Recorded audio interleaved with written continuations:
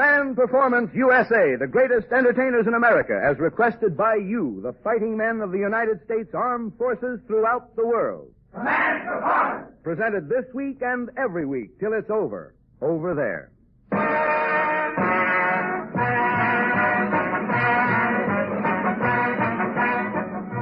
Get on the beam there, men. Here comes your personal radio show, Command Performance. Our opening letter is from Seaman First Class BRJ on a battleship somewhere in the South Pacific. He says, Dear Command Performance, maybe I'm just an old deck swabber, but I've got a lot of young ideas. One of them's Betty Grable. I happened to read in the last Walter Winchell column I saw that Betty was keeping company with George Raft. Please tell Betty that we've got a nice big battleship. Why should she waste her time with a raft? Well, brother, you've got something there, and we've got something here, too. She's yours for tonight. Fellas, Miss Betty Grable.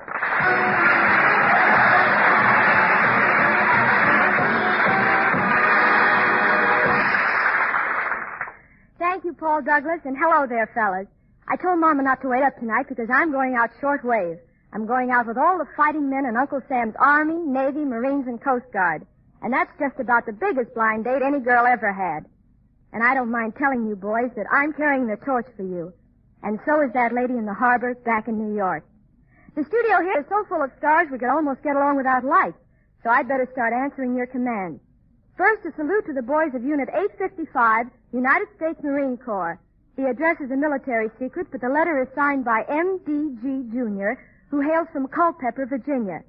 For him and his gang, we proudly present Miss Judy Canova.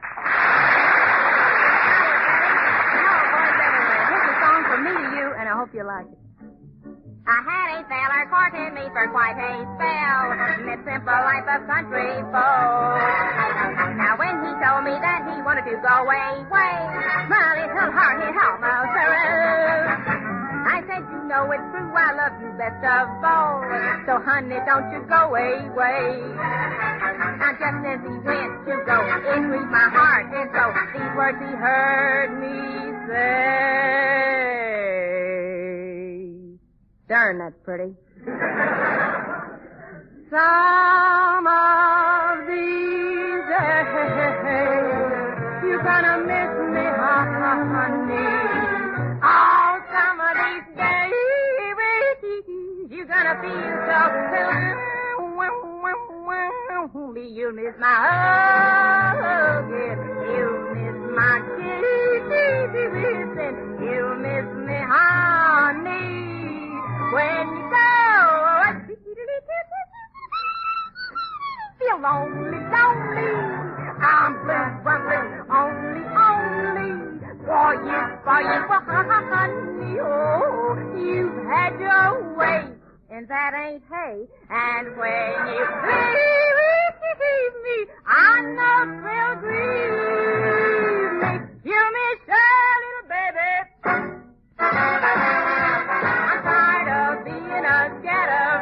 I'm gonna find myself a ball and chain, and when I do, you gonna miss me. Oh, some of these days.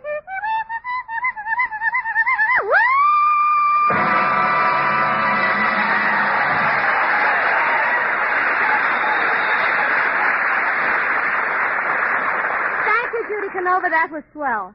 On our show of March 22nd, a very amusing man gave a lecture to sailors in which he discussed the facts of life. Apparently, he gave such valuable advice that you men have called him back for his second triumphant appearance on Command Performance.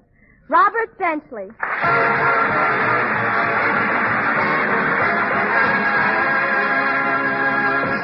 Thank you, Miss Grable.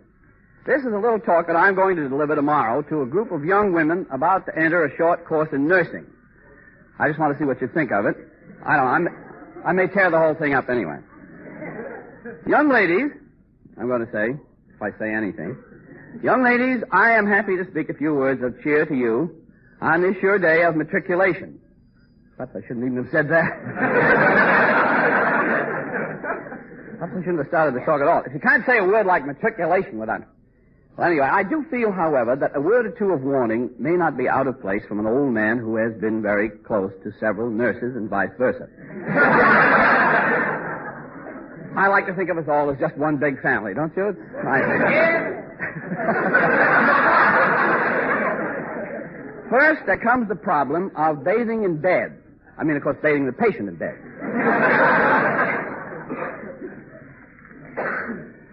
Well, let's look at it from another angle. Let's take the subject of changing the bedding after bathing the patient in bed.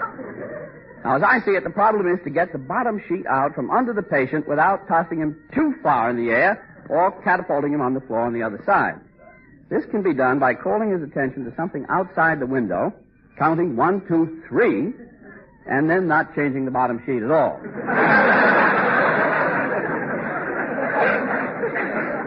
He won't know the difference in a couple of minutes anyway.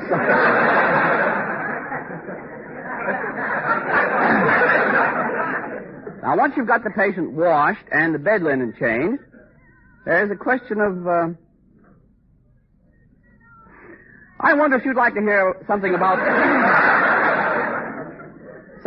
the work we're trying to do among our boys up at our little camp in Silver Lake. I don't think it's generally known that most of our boys up there are between the age of 16. We feel that by taking the boy at this age, we can get him into closer touch not only with his parents, his school, and his people, but also with the town in which he lives, the flag to which he pays allegiance, and to the town in which he lives. I was talking on this subject only last week at our Uptown branch, asking for contributions for the camp, and at the conclusion of my talk, a little old lady, dressed all in lavender, came up on the platform, and placing her hand on my arm, asked, "What the hell did you do with all the money we gave you last year?"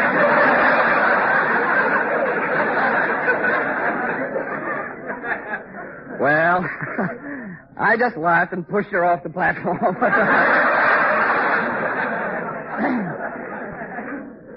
But I quote that only to show how much interest people are taking in our camp and how bright the future seems to be for it. Or did I say that? Well, anyway, to get back to what I was going to say to the young ladies who are training to be nurses. From my experience with nurses, I think that I'm right in making the suggestion that the nurse is likely to hang around the room too much. Is that right? I don't know. Nurses are often very charming young ladies. I say this entirely on hearsay. I never happened to draw one.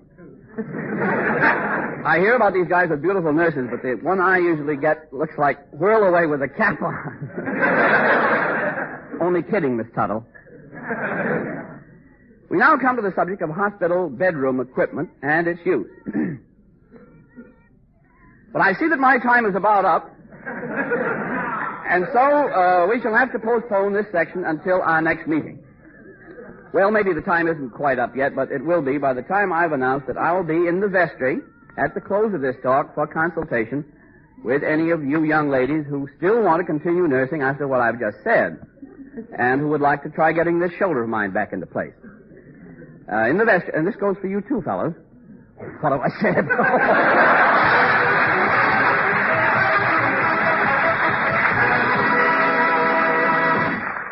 Thank you very much, Bob Benchley. And now for 2 sergeants and 8 privates in the field artillery, APO 957, somewhere in the Pacific area, Command Performance presents the world's greatest trumpet player, Harry James and his music makers.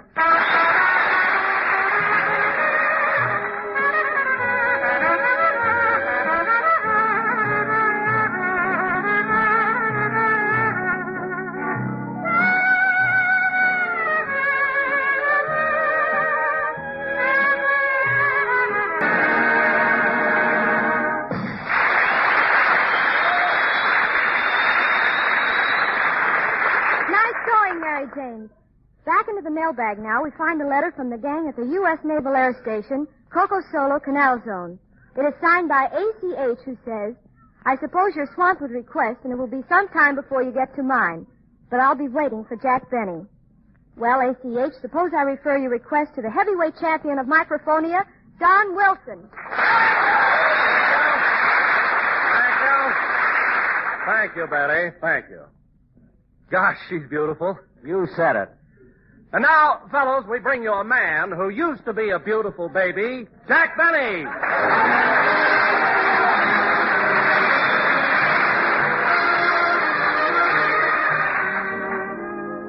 Say, Don, when I smiled at Harry James, you see how worried Phil Harris looked?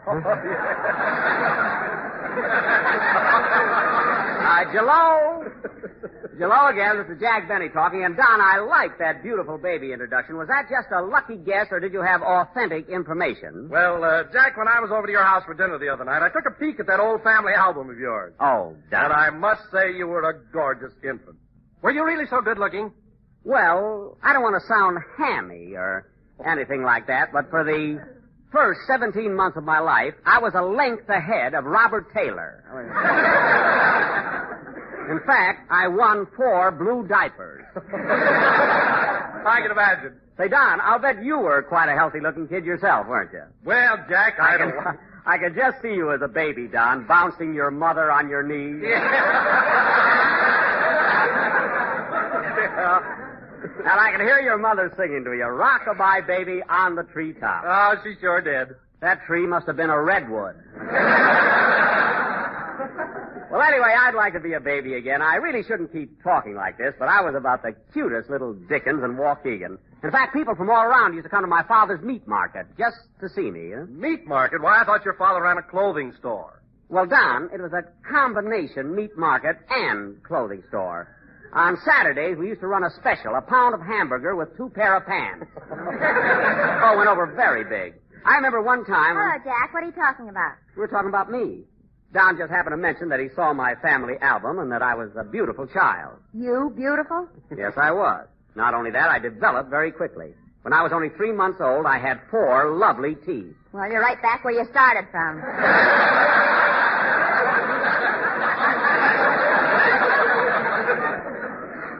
We should get laughs like that on our own show.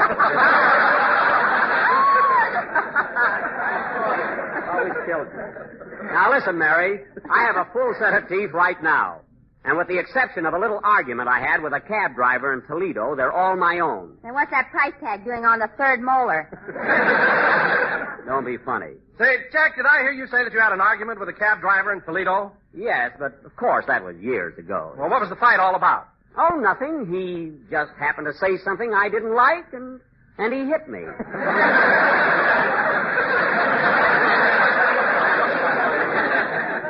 Otherwise, Toledo was lovely. Say, Don, when you were looking through that album, did you see the picture of Jack's uncle on the big white horse? Yes, I did. That was my Uncle Beaumont, And did you see the tree in back with a rope dangling from it and that big crowd of men standing around? Mary, my uncle didn't steal that horse. That was just a scene from a Western movie he was making called The Code of the West. What are you laughing at? I'll bet he never saw the preview.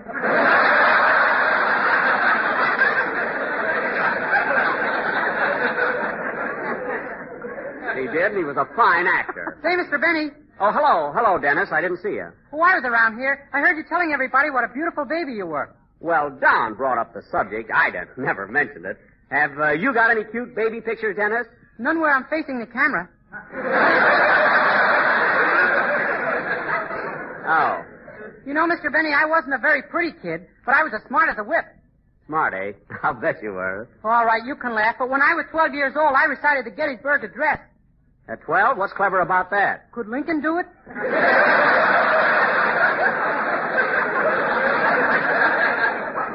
All right, Dennis, we won't go into that. But if you were so smart at the age of 12, what happened to you in the meantime? I don't know. All of a sudden, everything went blank.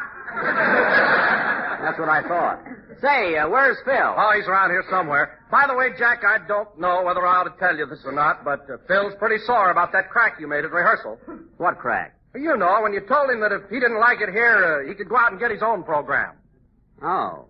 Well, gee, Don, I was only kidding. I didn't mean anything. Well, Phil took it pretty seriously, and he said he's going to leave you. Leave me? Why, I made the guy. Gee. When I picked him up, he was demonstrating curlers in a drugstore window.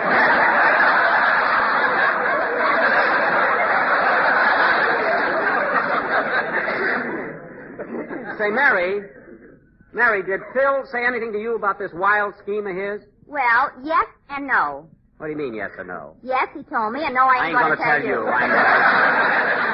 All right, I'm not worried about it. I can get another orchestra leader. Matter with Harry James. That's bad, I suppose? Anyway, Phil ought to be loyal enough to discuss things with me before he takes any definite step. Hey, Jack, here he comes now. Oh, yeah. Oh, hello, Phil. Hiya, Jackson. How's the boy? Jackson. You know, Phil, it's cute the way you call me that every week, you know. Say, what's this gag I hear about you getting your own program? It's not a gag. You and I have been fighting so much lately, I thought it'd be better to call it quits, that's all. Oh, that's silly. Silly nothing. You're just tough to get along with, that's all. Who, me? Yes, you're always flying off the handle. I am not. I'm sweet and lovable. And you're always yelling and shouting at me. Shouting at you? And you're always losing your temper. Why, you baggy-eyed ingrate, I never lose my temper, and you know it. I love you, you louse.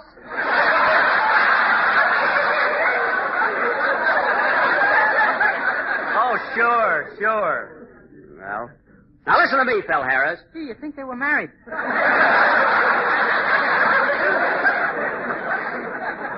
Keep out of this, Dennis. Now, look, Phil, look. I'm not begging you to stay on this program. And get up off your knees. I'm not on my knees. Anyway, Phil, there's no use arguing about it. You can't leave me because we've got a contract. Some contract. I supply the orchestra, and when people throw money at us, I have to split it with you. Oh, how often does that happen? Maybe once in a fortnight.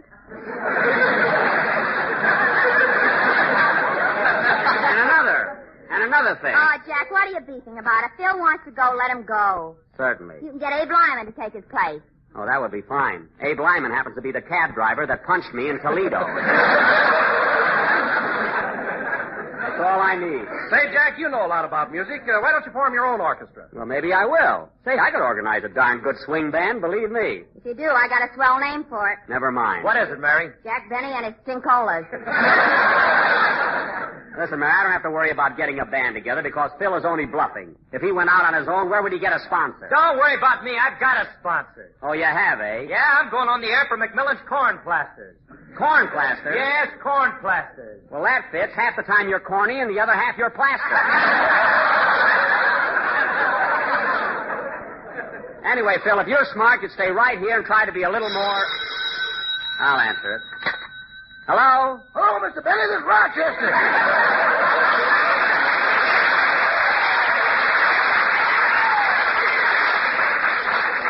Oh, you. What do you want? Are you planning to come home for dinner tonight? Well, certainly I am. Well, if you want some to eat, you better bring some food home with you. What are you talking about? There was plenty of food in the icebox when I left the house this morning. What happened to it? In the which? In the icebox. When I left this morning, it was just bulging with food. Well, the swelling's gone down now.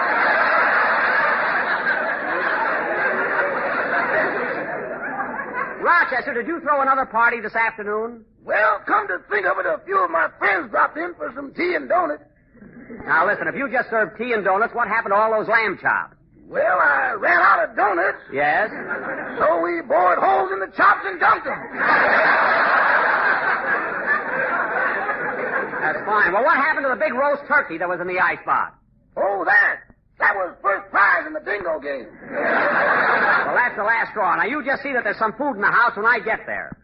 Okay, goodbye. Goodbye. Oh, say, boss. Now what? As long as you're coming home, will you bring my fan mail? Yes, I'll bring it. Goodbye. Darn, that Rochester eats me out of house and home. Well, that's all for us, fellas. Good luck and give 'em hell.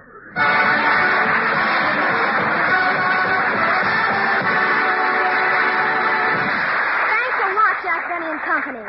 Now a very nice letter from a very nice sergeant at Army Post Office, number 803A at Suriname, South America. Dear Command Performance, I'm one of the many listeners to your program for the fighting men of the good old USA. You know, we fellas can't thank you enough for the wonderful work you're doing all for us. Our favorite singer is Mary Martin, and we'll be patiently waiting and listening for her sweet and lovely voice. Well, Sergeant, you don't have to wait any longer. Here she is, lovely Mary Martin.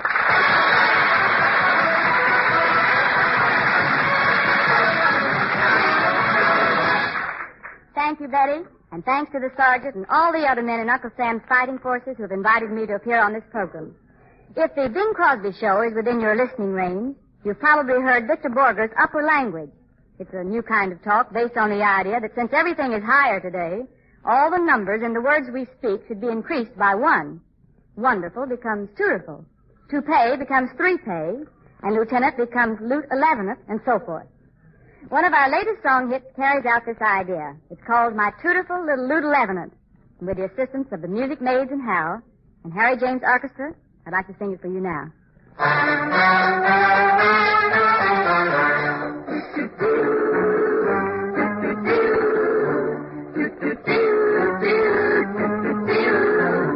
There's a handsome lieutenant and he's mine, all mine. No word is high enough, no praise to the sky enough. So I had to raise all the words by one. He is much more than wonderful, so I add one. I call him beautiful, that's one more than wonderful. In fact, he's just sweet divine. He is my beautiful little Lebanon, and he comes from Timbuktu. He is my beautiful little Lebanon. He's the only truth I need. It's higher praises that he deserves, so I sing his praises in higher words. He is my beautiful little Lebanon, and he comes from Timbuktu. Does he come from California? No. Does he come from 11th Street? No. Does he come from Washington? No. He comes from Timbuktu. It's higher praises that he deserves, so we sing his praises in higher words. He is my beautiful little Lebanon, and he comes from Timbuktu.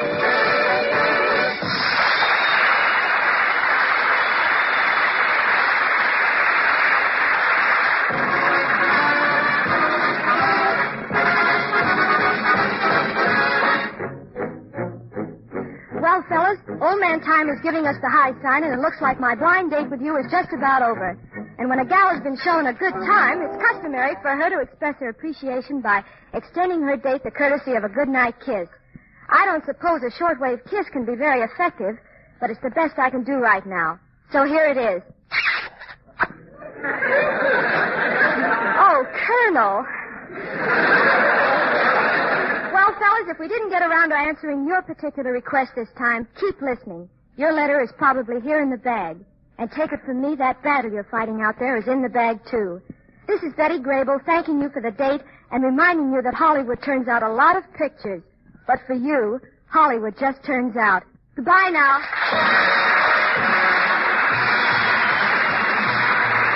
We're getting those letters, men, and their orders to us, because around here you're the GHQ. Keep on writing to the station to which you're listening, and Command Performance will fill your request. And listen, fella, for a time there, the Axis was getting pretty cocky. Right now, their worry is khaki. See you later.